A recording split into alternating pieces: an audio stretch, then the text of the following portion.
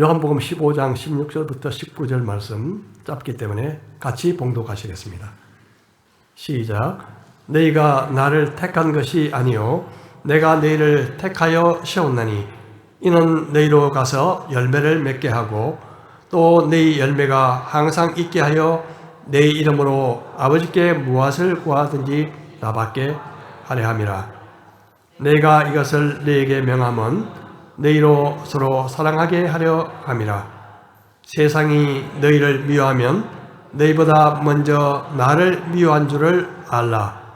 너희가 세상에 속하였다면 세상이 자기의 것을 사랑할 것이나 너희는 세상에 속한 자가 아니요 도리어 내가 너희를 세상에서 택하였기 때문에 세상이 너희를 미워하느니라. 아멘.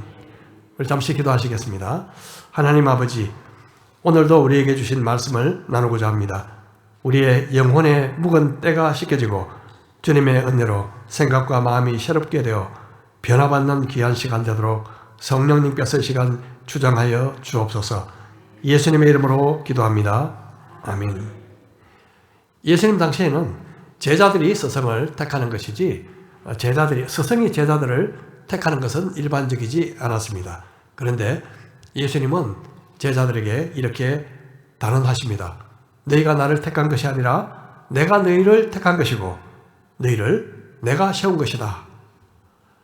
믿음도 사실 내가 믿기로 선택한 것 같지만 사실은 주님께서 부르셨기 때문에 우리가 그 부르심에 응답했을 뿐입니다. 주님이 나를 택하셨다는 것은 한마디로 은혜입니다. 그 많고 많은 사람 중에 왜 하필 나를 택하시고 부르셨을까? 나보다 똑똑한 사람, 나보다 잘생긴 사람, 나보다 돈 많은 사람, 나보다 문벌 좋고 가문 좋은 사람 얼마든지 많은데 왜 나 같은 존재를 부르셨을까? 이 질문은 평생 풀리지 않는 수수께끼 같은 질문이 될 수밖에 없습니다. 구태여 설명하자면 한마디로 은혜라는 단어로 이야기할 수밖에 없습니다. 은혜는 값없이 베푸시는 하나님의 사랑을 의미합니다. 만일 우리가 주님을 택했다면 우리의 구원은 불확실해질 것입니다. 왜냐하면 우리는 늘 불안정한 존재니까요. 늘 변하고 또 쉽게 넘어지는 존재이기 때문에 그렇습니다. 언제든지 수가 틀리면 주님을 떠날 수도 있습니다.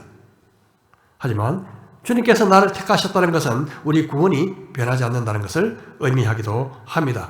주님은 변하시지 않기 때문에 그렇습니다. 종교는 자신이 택하는 것입니다. 하지만 예수님을 믿는 믿음은 내가 택한 것 같아도 사실은 내가 택한 것이 아니라 주님이 나를 택하신 것입니다.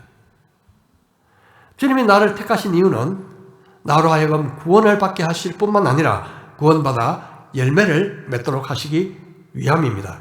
즉 포도나무 되신 주님 안에 거함으로 열매를 맺어 하나님께 영광을 돌리기 위함입니다.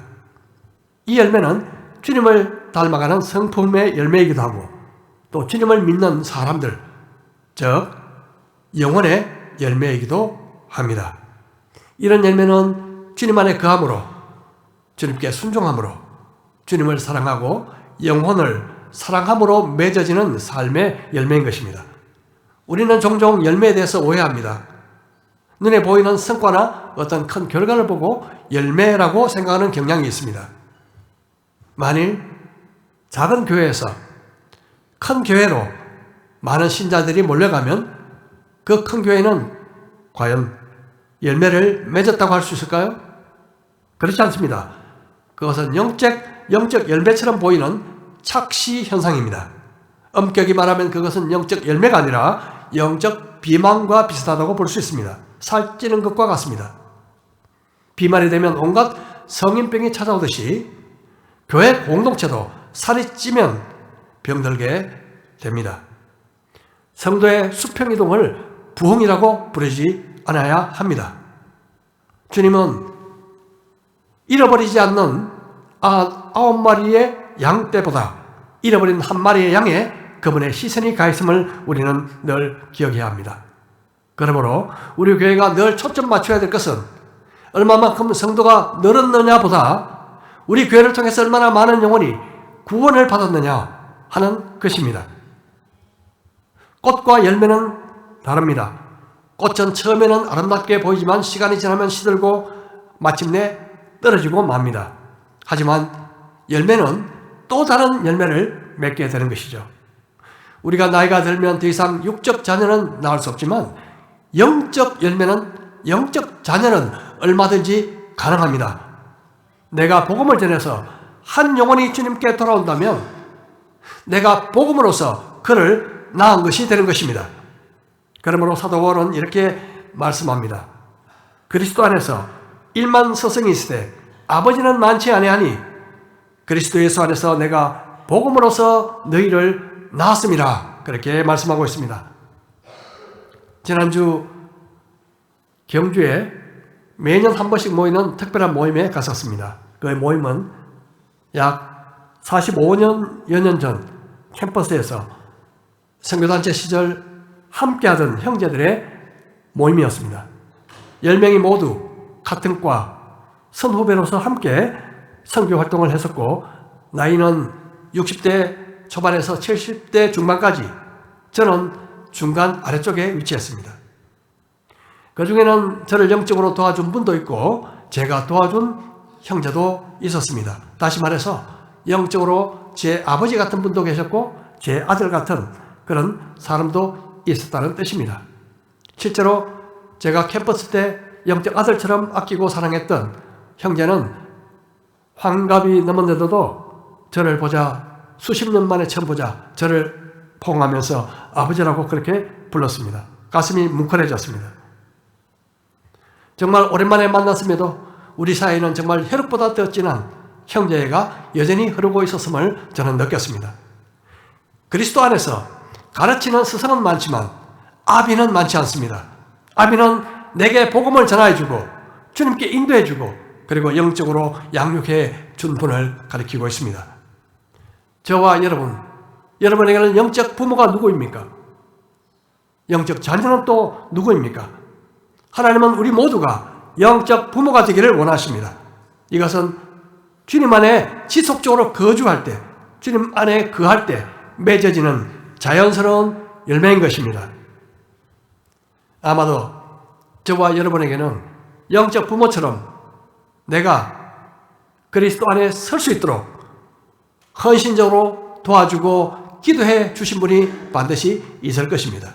누군가 계실 것입니다.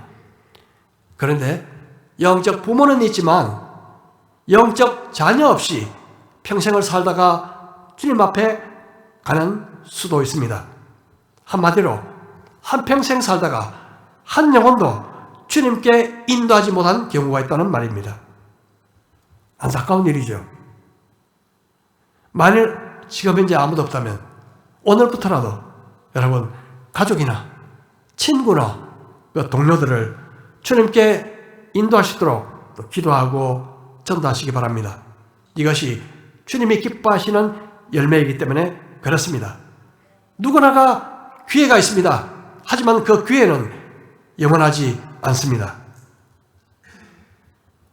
또한 우리가 어제보다 오늘이 더 예수님을 닮아가고 있다면 그것 또한 열매인 것입니다. 바로 성령의 열매인 것이죠. 그러므로 우리는 주름살이 늘어가고 그리고 흰머리가 자꾸만 늘어가도 낙심할 필요가 없습니다.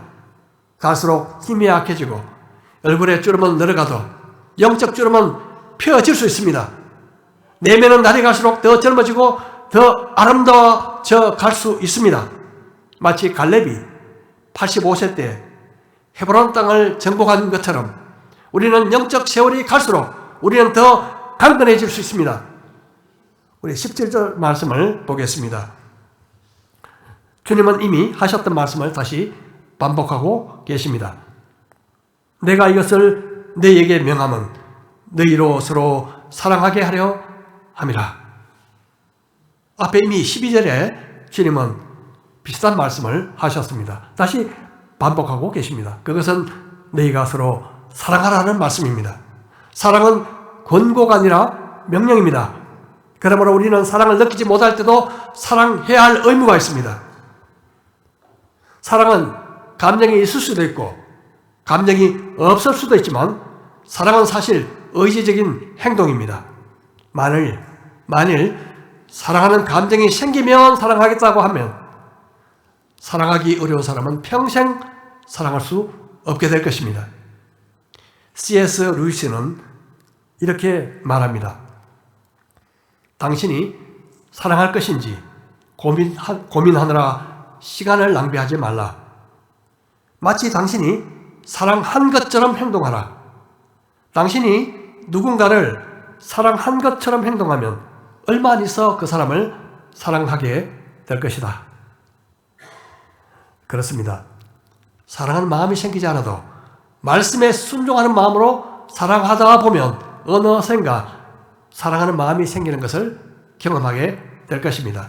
순종하면 성령님께서 우리의 감정도 변화시켜 주시는 것입니다. 우리는 경건한 마음으로 예배를 드릴 수 있습니다. 기쁘게 찬양하고 노래할 수도 있습니다. 하지만 우리는 사랑하는 일에는 너무나 인색합니다. 만일 우리가 사랑하는 삶을 살지 못한다면 껍데기 신앙생활을 하고 있는 것입니다. 왜냐하면 사랑은 예수님 계명의 본질이기 때문에 그렇습니다. 교회에서 드리는 예배와 일상생활 속에서 사랑하는 삶은 분리할 수 없습니다. 기도와 금식조차 이웃 사랑 없이는 그것은 무의미한 것이 되고 맙니다. 하나님을 사랑한다고 하면서 옆에 있는 우리 형제 자매들에게 무관심한 예배는 하나님이 기뻐하지 않으십니다. 하나님을 향한 사랑과 이웃을 향한 그 사랑은 서로 분리할 수 없기 때문에 그렇습니다. 그것은 마치 동전의 양면과 같습니다. 자, 주님은 이제 세상과의 관계에 대한 주제를 가지고 이제 말씀하기 시작하십니다. 18절 이하에 보면 세상이 너희를 미워하면 너희보다 먼저 나를 미워한 줄을 알라. 너희가 세상에 속하였으면 세상이 자기의 것을 사랑할 것이나 너희는 세상에 속한 자가 아니요 도리어 내가 너희를 세상에서 택하였기 때문에 세상이 너희를 미워하느니라. 지금까지는 서로 사랑하라, 서로 사랑할 것에 대해서 주님은 많이 말씀하셨습니다. 이제는 정오받는 일을 말씀하십니다. 즉 주님은 우리를 미워하는 세상에 대해서 지금 말씀하고 계시는 것입니다. 세상은 하나님의 자녀에 대해 적대적입니다. 세상은 무엇보다 예수님을 미워합니다. 그러므로 세상이 예수님을 믿는 우리를 미워한다고 해서 우리는 이상히 여길 필요가 없습니다. 여기서 세상은 무엇일까요? 세상은 헬라어로 코스모스라는 단어인데 이것은 질서와 의미가 있습니다. 성경에 나오는 세상은 보통 세 가지 질서 체계를 의미하고 있습니다. 첫 번째는 하나님이 만드신 세상을 가리킵니다. 눈에 보이는 이런 물질 세계를 의미하죠. 두 번째는 세상 사람을 의미합니다. 하나님이 세상을 이처럼 사랑하셨다고 할 때 바로 그 세상이 바로 세상의 모든 사람을 의미합니다. 마지막 세 번째로 가장 정의하기가 어려운 쉽지 않은 그런 세상인데요. 이 세상은 하나님을 믿지 않고 적대시하는 세대의 모든 사상, 모든 견해, 모든 관습, 모든 통념, 모든 희망, 모든 목적을 총칭하는 것입니다. 다시 말해서 이 세상이란 하나님이 없다는 전제하에 세워진 모든 가치 체계 그리고 질서를 의미합니다. 하나님이 없다는 그런 전제하에 세워진 모든 가치 체계, 질서를 의미합니다. 이 세상을 살아가지 말라, 이 세대를 본받지 말라고 할 때 바로 이 세 번째 의미의 세상을 가리키고 있습니다. 막스와 레닌은 유토피아 건설의 가장 방해가 되는 존재가 하나님이다 그렇게 간주했습니다. 하나님은 인간을 가장 나약하게 만드는 범인이다 그렇게 생각했기 때문에 그렇습니다. 성경은 모든 사람을 죄인이라고 합니다. 세상은 그 말을 싫어합니다. 사실 세상의 기준과 성경의 기준, 특히 죄의 개념, 죄의 기준은 전혀 다릅니다. 얼마 전에 제 아내가 방송에서 이런 내용을 보았다고 저한테 이야기했습니다. 결혼하지 않고 동거하고 있는 두 남녀가 인터뷰 대상에 올랐는데요. 그 사회자가 왜 같이 동거하면서 정식 결혼을 하지 않고 있느냐, 그 내용을 인터뷰한 내용이었습니다. 그런데 여자는 결혼식을 하고 싶지 않다고 했고 남자는 결혼식을 올리고 싶다 이야기했습니다. 그러자 그 사회자가 남자에게 물었습니다. 왜 결혼식을 하고 싶어 합니까? 그러니까 그가 이렇게 대답했습니다. 자기는 교회에 다니고 있기 때문입니다. 그러면서 성경을 펴고 읽는 모습을 카메라에 비춰주는데 아내가 그것을 보고 얼마나 가슴이 아팠는지, 얼마나 거부하든지 그 이야기를 제게 이야기해 주더군요. 크리스찬도 결혼하지 않고 살아도 괜찮다, 마치 그런 것처럼 방송에서 비춰주었기 때문에 그렇습니다. 하지만 이것은 성경의 기준을 완전히 벗어납니다. 결국 세상과 교회는 서로 다른 세계에 있으면서도 같이 공존하는 셈입니다. 그래서 크든 작든 그리고 조용하든 과격하든 충돌은 불가피한 것입니다. 최근 갈수록 교회가 사회 지탄을 받고 있습니다. 물론 교회 안에서 문제되는 부분이 없다고 말할 수 없지만 많은 경우 과장되고 있다는 사실을 우리도 알아야 합니다. 몇 교회의 문제가 교회 전체의 문제인 양 공격받는 이유는 세상이 교회에 대해 결코 호의적이지 않기 때문에 그렇습니다. 하지만 조사해보면 한국 사회에서 구호나 봉사에 가장 앞장서고 있는 기관이 바로 교회입니다. 통계에 의하면 민간 복지구호, 사회봉사의 절반을 교회가 감당하고 있다고 합니다. 대북 인도적인 지원은 50%가 넘고요. 해외 인도적인 지원은 65%라고 합니다. 헌혈 기증자나 장기 기증자의 경우 약 83%가 된다는 그런 통계가 나와 있습니다. 물론 기독교인들 중에서 드러내지 않고 이런 일을 하고 싶어하는 사람들이 많기 때문에 실제 숫자는 이 숫자보다 더 많을 수 있습니다. 그럼에도 불구하고 세상은 교회를 싫어하고 미워합니다. 그 이유를 예수님은 이렇게 말씀하고 있습니다. 내가 15장 20절 21절입니다. 내가 너에게 종이 주인보다 더 크지 못하다 한 말을 기억하라. 사람들이 나를 박해하였은즉 너희도 박해할 것이요 내 말을 지켰은즉 너희 말도 지킬 것이라. 그러나 사람들이 내 이름으로 말미암아 이 모든 일을 너희에게 하리니 이는 나를 보내신 이를 알지 못함이라. 세상이 우리를 미워하는 이유는 우리가 예수님께 속해 있기 때문에 그렇습니다. 그리고 세상은 아버지 하나님을 알지 못하기 때문입니다. 가끔 회식 자리에 가서 술을 마시지 않으면 괜히 욕을 먹는 경우가 있습니다.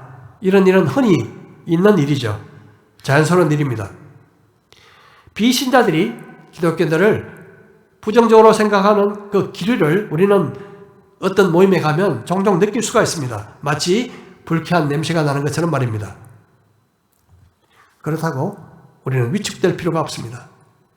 때로는 우리가 세상 가치관에 동의하지 않음을 당당히 보여줄 필요가 있습니다.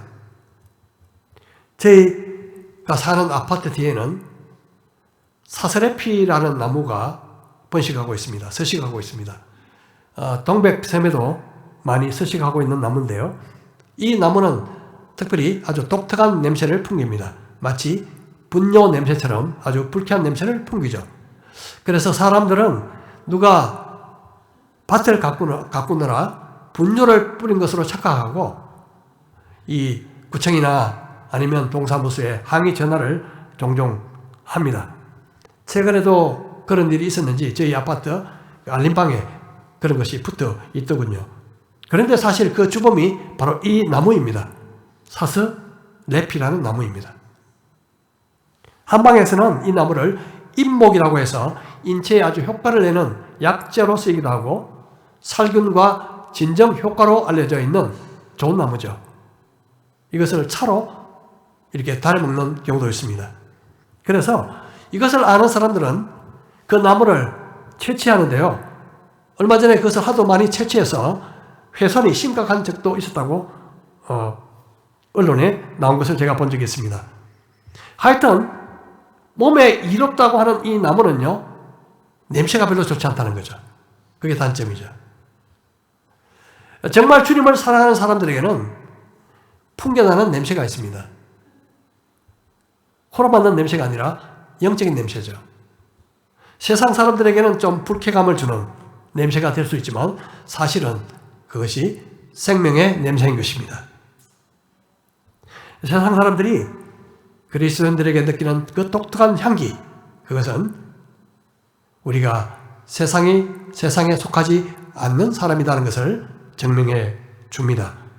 만일 그런 것이 없다면, 만일 내 주위에서 그런 냄새를 맡지 못한다면 우리가 과연 그리스도인으로 제대로 살고 있는지 한번 살펴볼 필요가 있습니다. 예수님은 제자들에게 물리적으로 고립되어라 그렇게 말씀하시지 않습니다.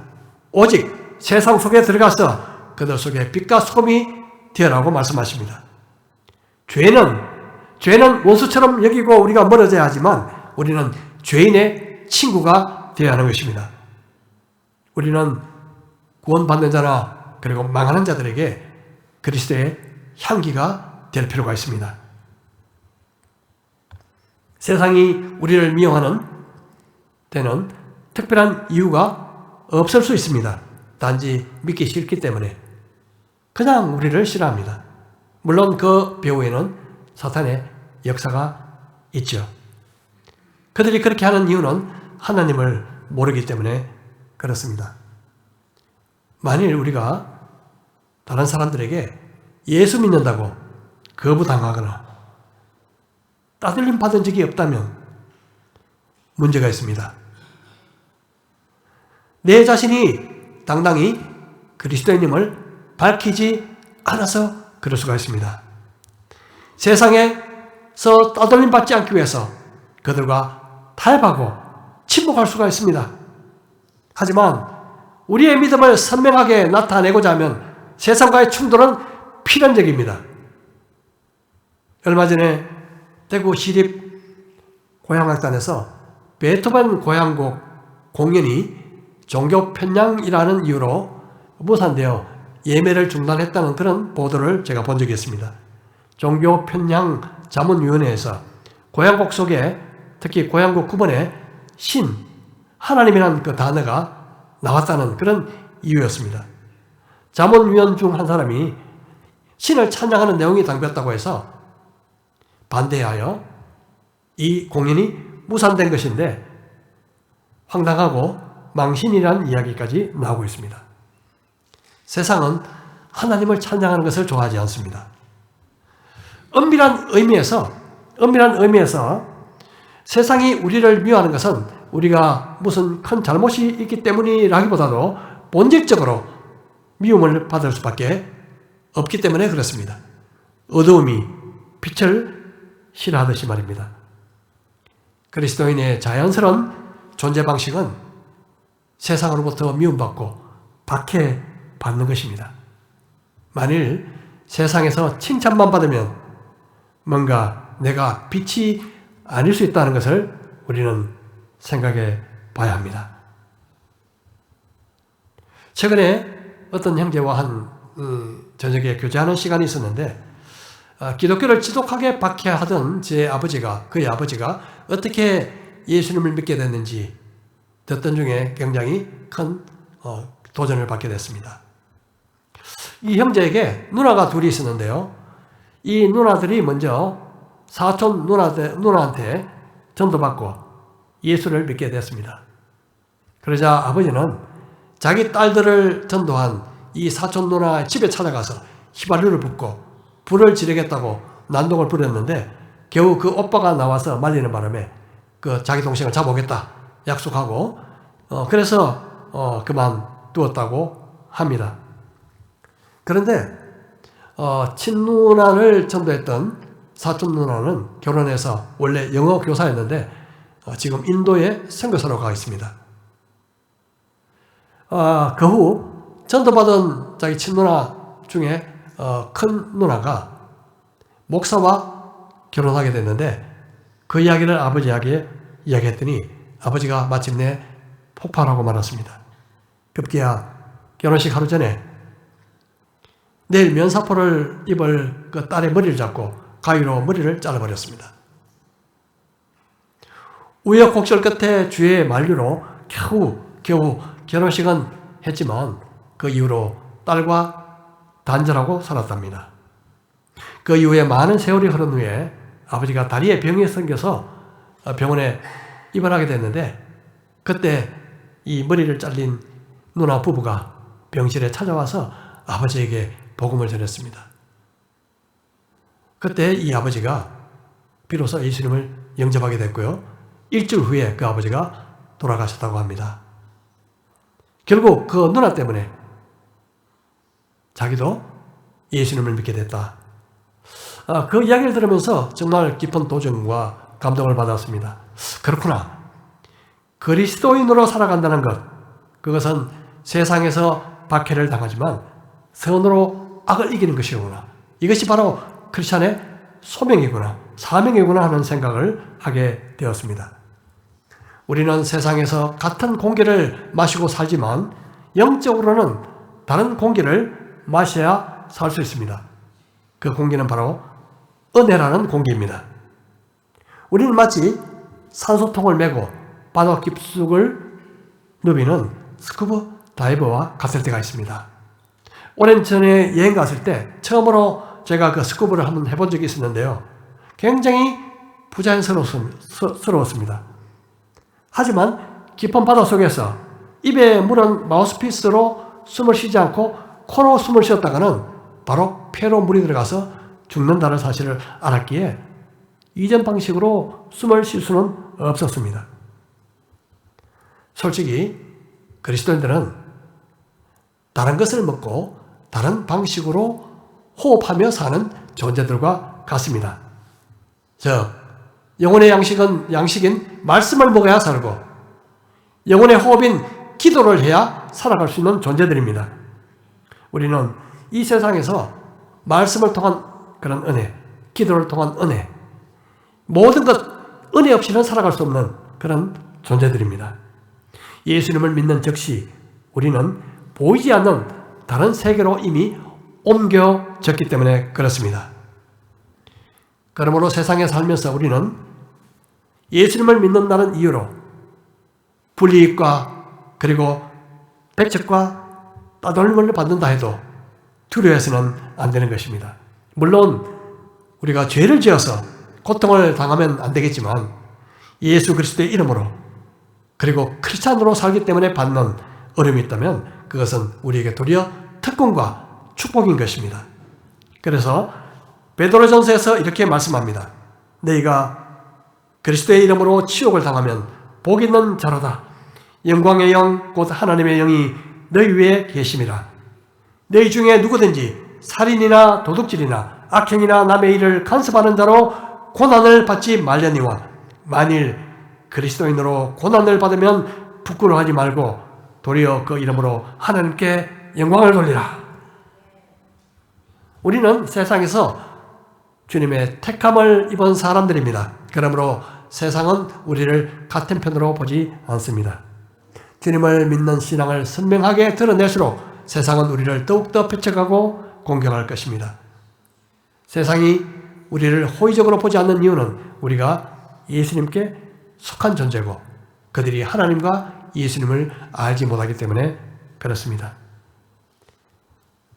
그러므로 우리는 이 세상의 가치관을 사랑할 수는 없지만 세상 사람들은 우리는 사랑합니다.